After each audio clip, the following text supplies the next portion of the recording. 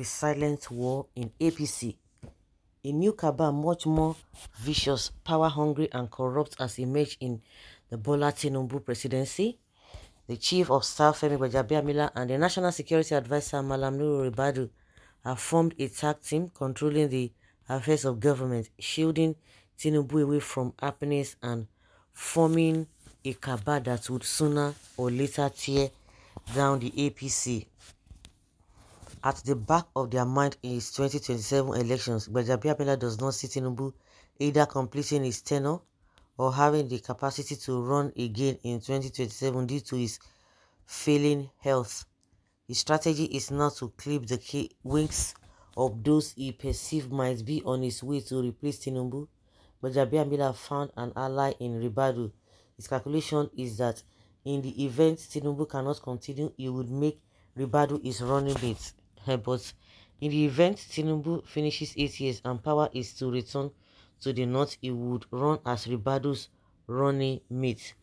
To achieve those plans, it serves him well to get Malam El-Rufai out of the equation. El-Rufai's clearance for a ministerial position has now been put on hold.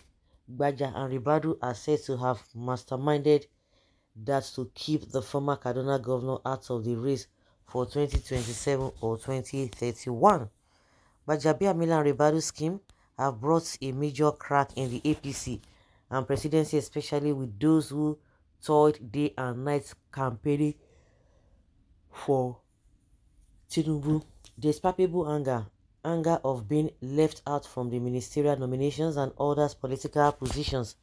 Those who were hitherto close to Tinubu are now so shocked how they were either left out or no longer have access to the president. Gbajabiamila and Ribadu have shut them out, leaving them in regrets. In Katsina State, a very close ally of Tinubu, Senator Habibu Ibrahim, did not make the ministerial list and no longer have unfettered access to Tinubu. Former Katsina State Governor Aminu Bello Masari also lost out of reckoning. In Ekiti State, former Governor Kayode Fayemi, wow, not true, Fayemi don't get anything, no. An intellectual base of the APC was left out, same with a renegade member of the PDP, Ayo Fayose. Lagos Babatunde Fashola and Akinwumi Ambode and Abike Dabiri were left out for an unknown Lola Adejon, who is alleged to be a girlfriend of Wale Edun. In Enugu State, former Governor Chimaruke Namani and Ifeanyi Ugwuanyi both betrayed their party, the PDP, to work for Tinubu. They have both been shut out. They didn't get a ministerial position. In Oyo State, Senator Teslim Folani suffered humiliation from his own party, the APC, which worked against his governorship ambition, and yet he never got compensated with a ministerial nomination.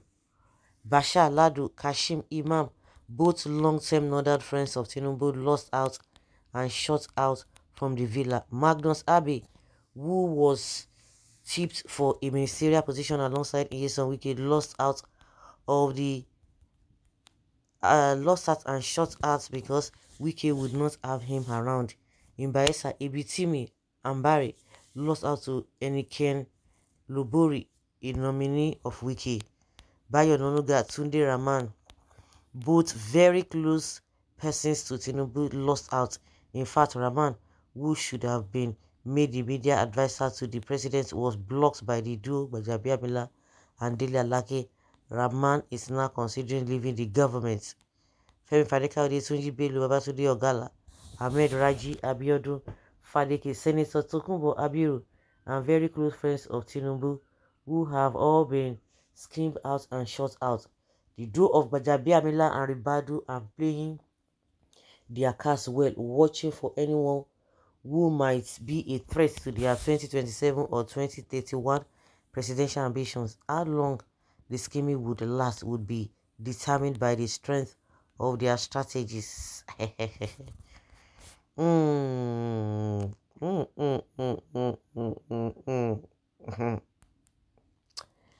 Should all those old names you mentioned be continually recycled in leadership positions Don't you think it is time new breeds of leaders are injected into the system? How about some of those names mentioned have been in and out of government since the late 80s to date? Doesn't Nigerians deserve a breath of fresh air? Even the ones that are they better off? Now wow, cabas. Only the daft will believe the story and pass it on to others. They Obi is our president. All the Yorubas and Hausa are animals and criminals.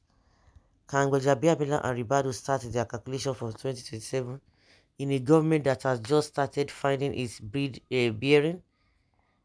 Is ministerial position for compensation or for execution of policies lost in governance? Tell us the truth. Who bankroll you for this write-up among those that you listed? Fashola himself said that he don't want to be a minister. In a nutshell, this is a product of yellow journalism. Speculative governments within a government. Now, so at the end of the day, it will happen like that. You now discover it is true. All the people where they thought this Jackson Ude, he don't tell they won't sue this guy, they don't feel this one. All the things he has been saying, none of them, they will just make notes. They will make months, and at the end of the day, nothing will happen. Before you know it, the guy will release another bomb blast. Makes sense, but we watch and see how it plays out. A vague calculation few weeks occupants.